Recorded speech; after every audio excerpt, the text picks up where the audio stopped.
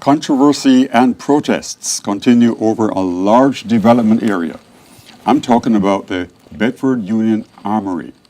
Elected officials, residents in that huge area that includes large sections of Bedford Avenue, Eastern Parkway, Nostrand Avenue, indeed, Crown Heights, they are up in arms over the decision of the City Planning Committee to approve a controversial plan to develop that area. My guests to discuss this are Attorney Richard Hurley, Dr. Juan Blanco, who is an architect and member of the Crown Heights Community Council, and Michael Corley, president of the Union Street Block Association.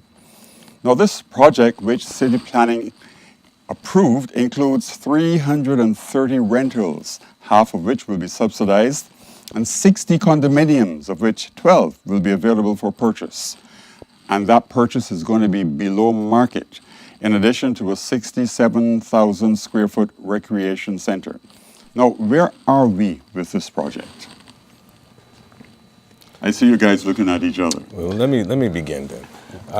Where we're at this time is we're after the election. And that's significant for Crown Heights because now it's not about rah-rah and get the elected officials out. We had an opportunity to get them out at the voting booth. So we blew that. So now Crown Heights, as far as I'm concerned, has to change our position a little bit and go and sit at the table. We need to be at the table with some of these developers. It's not just the Armory, but we need to renegotiate and sit at the table at some point because de Blasio is going to be in for the next 4 years. Laurie Cumbo is going to be in for the next 4 years. So basically the conversation has to change a little bit because as far as I know, the project is going to go through. So what is the plan to change it? Well, Dr. Blanco's here, as you know, to discuss his proposal. Mm-hmm. What is your proposal, Dr. Blanco? Well, to begin with, I look at that site, which is an exceptional building and an exceptional location, and it provides a wonderful opportunity for really turning around not only Brooklyn, but New York in terms of green economy and dealing with a host of issues.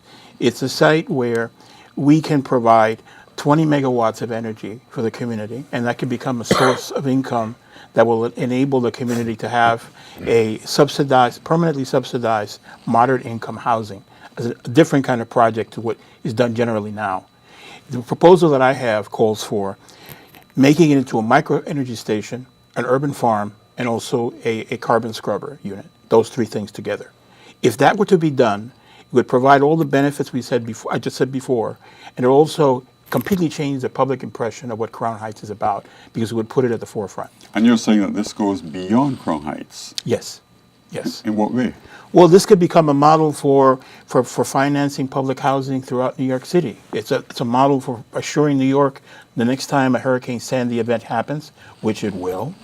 It will. That's something that we can't say if it's definitely going to happen.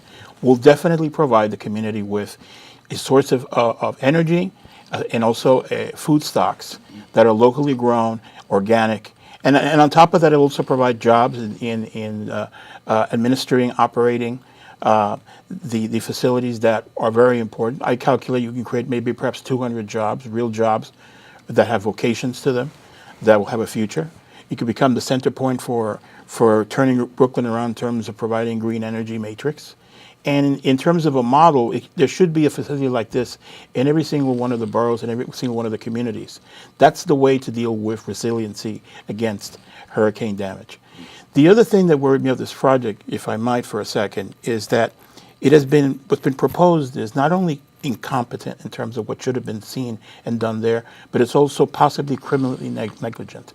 That site is covered by over an acre of asbestos in the roof that is not stable, that cannot be stabilized to... Well, they said they were cleaning that up. Oh, no, they say a lot of things. What they're going to do is try to encapsulate, to cover it up and bury it so it doesn't appear. But you can't. You have to replace the roof. As it is now, the roof is pockmarked with drill holes for a covering that was put on it. And you can't really cover that up, especially when they begin construction. They want to destroy half the site. And in doing so, they're going to shake up the structure that supports the asbestos roof, and that's going to shake up the material that's there. How can you have a facility that's supposed to be a public health facility, a place where young people are going to go and play, that has absolutely no protection against particulate matter of asbestos that could be hitting them at a very young age? This is unconscionable. And yet this is something that they've tried to cover up by saying they want to preserve the historic character of the place, so they want to preserve the roof. Excuse me. I have a background in historic preservation. Nobody in historic preservation wants to preserve a source of danger for anyone. It is not a crucial part of the building. It needs to be removed, and that's something that they want to cover up.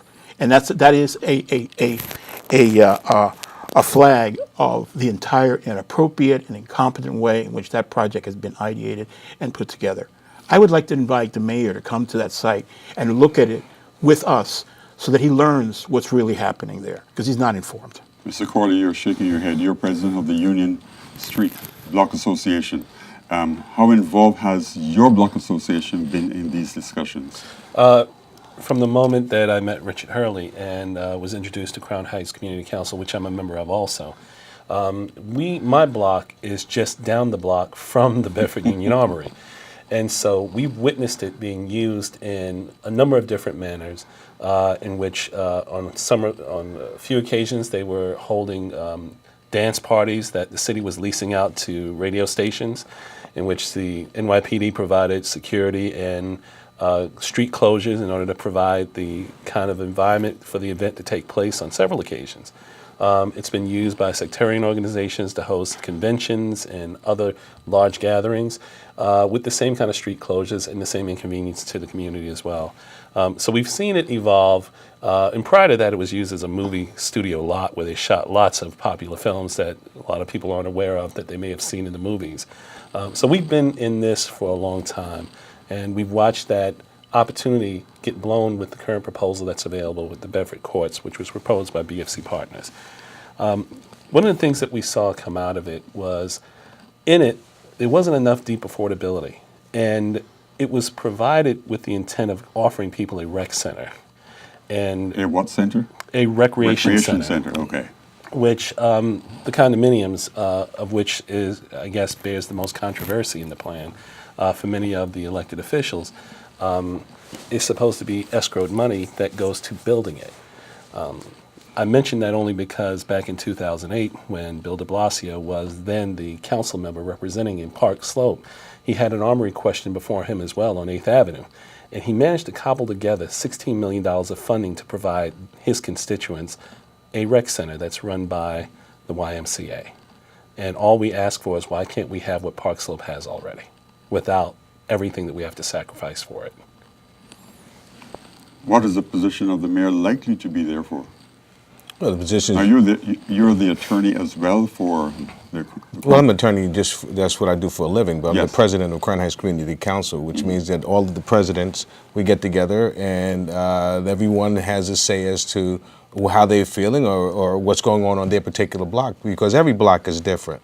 Mike Corley happens to be the block right next to the Armory. So Mike has been doing a good job as in the forefront, representing Crown Heights with regard to this armory. What is the mayor's response likely to be? The same. This is why I made the comment that I made. I mean, it's a total turnaround, but when you have elected officials who's re-elected and the community's voice has been heard, they re-elected these elected officials, there's no doubt in my mind that this deal is going to go through. No matter what, this deal is going to go through. That's just my thinking. Now, this is a committee's deal as opposed to the deal that the members on the block, the residents and so on, want to go through. Right. And you feel that, Well, the Crown Heights community does not want this deal to go through. but you think it's going to go through. But I'm saying to you that this deal is going to go through anyway. They're going to take, what they're going to do is take away the condominiums. And that's supposed to be the magic, to make all the elected officials approve this deal. So once they get rid of the condominiums in that discussion, then everybody will probably fall on board, and the deal will go through.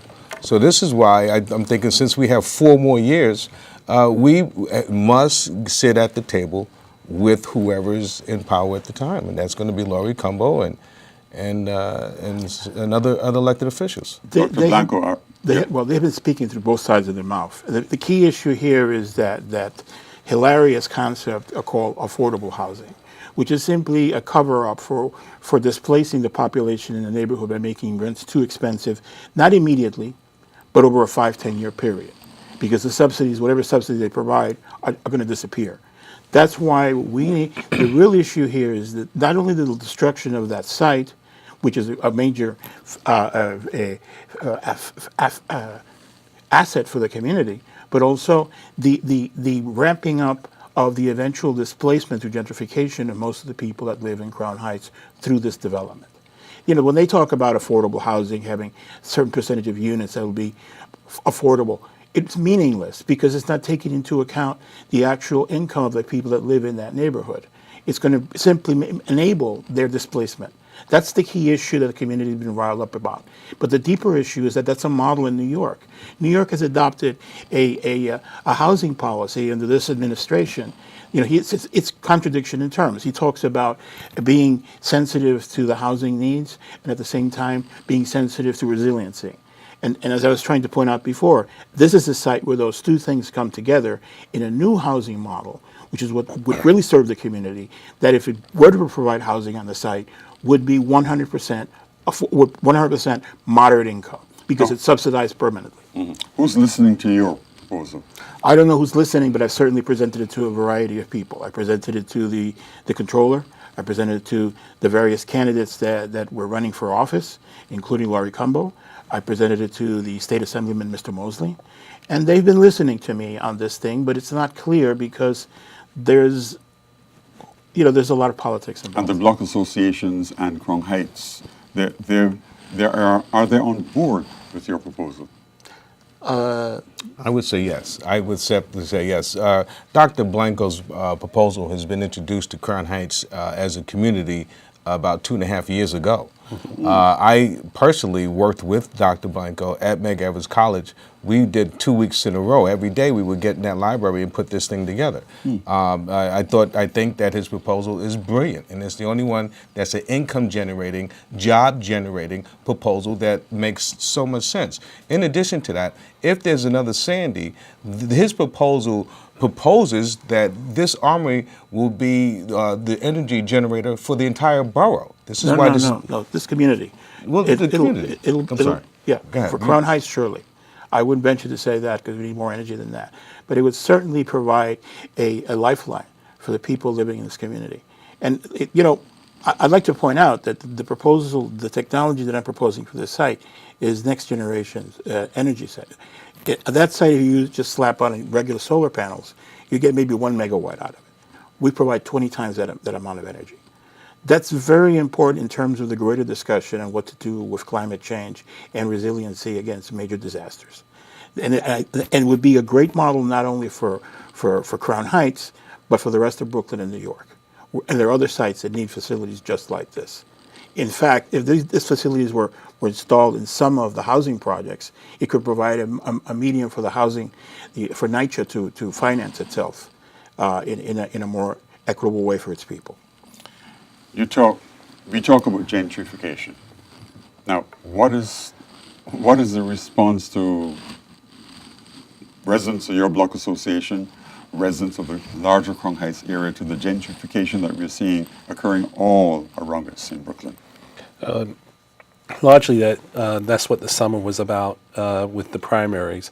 You had a host of protests, rallies, demonstrations put on by lots of community organizations. Neighborhood residents participated in it. One which was infamously done where a protest rally took place at Fort Greene Park and then went all the way to Laurie Cumbo's district office. It was about what the cost of gentrification does to the residents that live in the neighborhood. It puts the cost of living way out of reach. And one clear example is when you see new development come into a community, it often will accelerate the revitalization of old commercial drags that didn't have businesses there before. You'll start to see old mom and pops leave. Barbershops, insurance brokers, Just on Nostrand Avenue alone, lots of restaurants have disappeared and have been replaced by bars with more upscale night spots. It is changing what's locally available to residents there, and it's coming at a price that will increase the cost of food, entertainment, and leisure, and it'll make it difficult on many of the long-standing residents that are there. Is it too late to stop that from happening? I mean, gentrification, isn't it here to stay? No, it's not. One of the things that's really remarkable about it is gentrification is an economic assault on a dormant neighborhood. What it does is it utilizes undervalued resources for people to come in and exploit. And ideally, there's a ceiling to that. You can only charge by so much rent for a one-bedroom apartment, for a studio, for a two-bedroom apartment. At some point, the audience or the residents that you're trying to attract will go elsewhere in search for what? Affordability. One of the things that was very blaring during the primary is that Errol Lewis wrote an article about build affordable housing for middle-class families as well. Well, it was very interesting. It didn't seem like he was very in tune with what was gentrification and what was really taking place, and he lives in the district. Because most of the affordable housing is for middle-class households. It's just that they don't want to pay their discretionary income towards rent. They go and buy homes, condos, and co-ops. So there's a large glut of apartments sitting on the market vacant, and the city has managed to subsidize developers to the tune of $1 billion lost in property tax revenue annually. So gentrification is given the guise of being a permanent factor when it's really only made in a way to give guidance to get development done in the name of affordability, but rewarding a lot of real estate developers. Now, you've mentioned Laurie Cumbo's name quite a bit. Are there other city council officials who are involved in this protest or who are concerned about what is going on at the Armory? Well, at yesterday's hearing, the council member representing Coney Island and surrounding neighborhoods, Mark Traeger, was really a surprise voice. He was disappointed in the way the Armory was dealt with because he saw in his own community that he represents what happened with Coney Island and how little value has translated to the local residents there. And he, along with Laurie Cumbo, which I have to say I was very proud of, who stood strong and voiced her concerns against, voiced her concerns with regard to what the Economic Development Corporation, as well as what BFC Partners came. They've been paying a lot of lip service to affordable housing, and she wants deeper affordability there. So there are other elected officials that are concerned about this. They're mostly at the state level. At the state level? Yeah, Jesse Hamilton, Senator Jesse Hamilton, Diana Richardson. Dr. Blanco, I'm really curious about your plan, your proposal. Now, how serious is this proposal being taken by elected officials, both at the city level and at the state level? Well, I can only say that I was asked to make an estimate of what it would cost to build what I proposed, which I did. You were asked by the local group or by the elected officials? By State Assemblyman Mosley. Okay. And he remitted it to Albany to see if part of the funds for the Brooklyn project, that $1.4 billion project, could be used towards that project, as well as to NYSERDA. And there are different parts that can be covered by different entities that I won't go into detail. But it has been taken seriously to that extent, and we're waiting to see what the results of that are.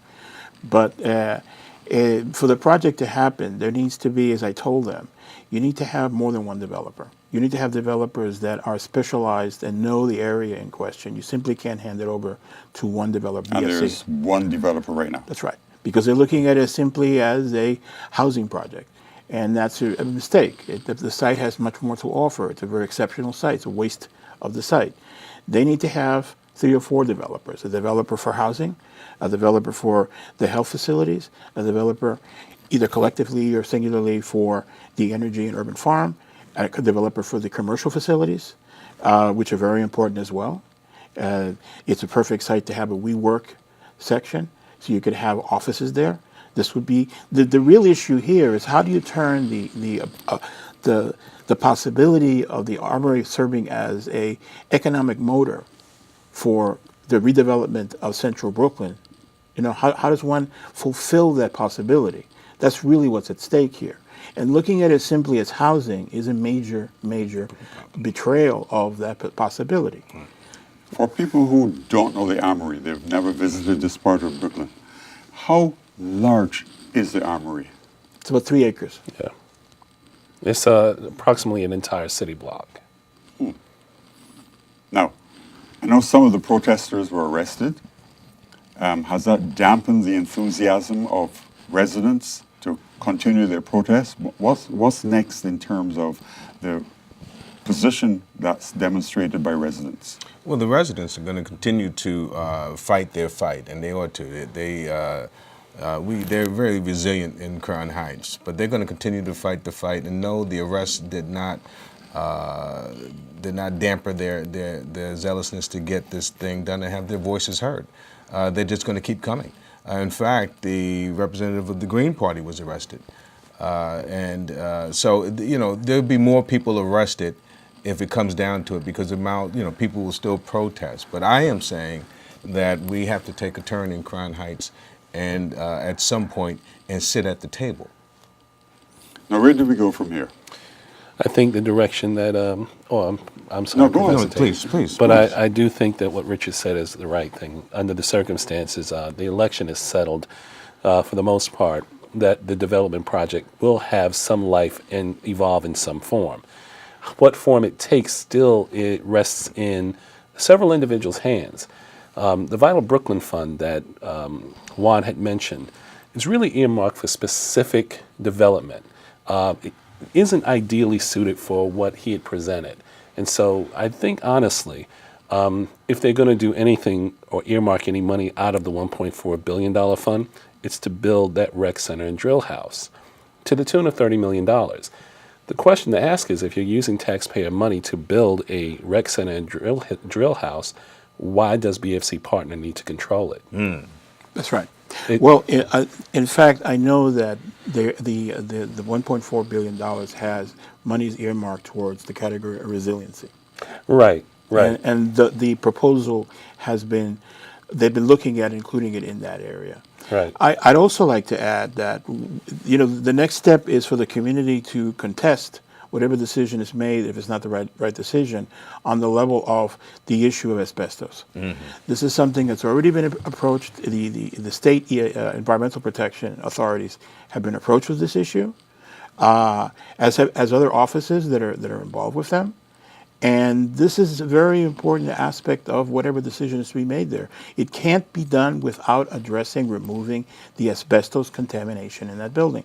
If you look at the 1,000-page report, pro forma, on the environmental impact of that, they have exactly one line to say anything about asbestos, and the only thing it says that is not covered in that report.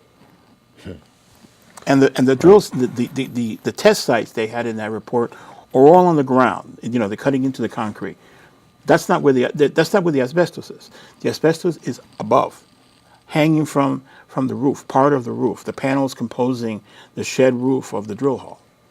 And there's over an acre of that material hanging there, over an acre. And was not addressed, and it's not going to be addressed. What they're planning to do is cover it up. They went to the preservation authorities and they said, well, let's do a preservation review. We're not going to touch the roof to respect its historic value. But they're going to demolish half the site anyway, which is equally, if not more, historic. That they don't care about. They're playing with us. And it's something that is not acceptable, because they're playing with the health and well-being of the children of Crown Heights and the elderly of Crown Heights. That's not acceptable. Are there health agencies in Brooklyn who understand this and who are addressing it? Well, they have yet to address it, but we that's really a very fruitful avenue to take in this thing. And one of the line items in my estimate that I presented to Assemblyman Mosley was the cost for removing the asbestos panels and the cost for replacing them with some other a material that is healthy on the site. That's also part of that proposal. Okay. We've got 2 minutes left. Let's have some last words, 30 seconds each from you three gentlemen. Attorney Hurley? Well, stay tuned. This thing is not over. I'm hopeful that they take a deeper look at Dr. Blanco's proposal. We are in good hands with Block Association presidents like Michael Corley. So we have some very capable people in Crown Heights. And as I said, Dr. Blanco lives in Crown Heights for many, many years. So within Crown Heights, we have resources, and we need to be heard. Mr. Corley?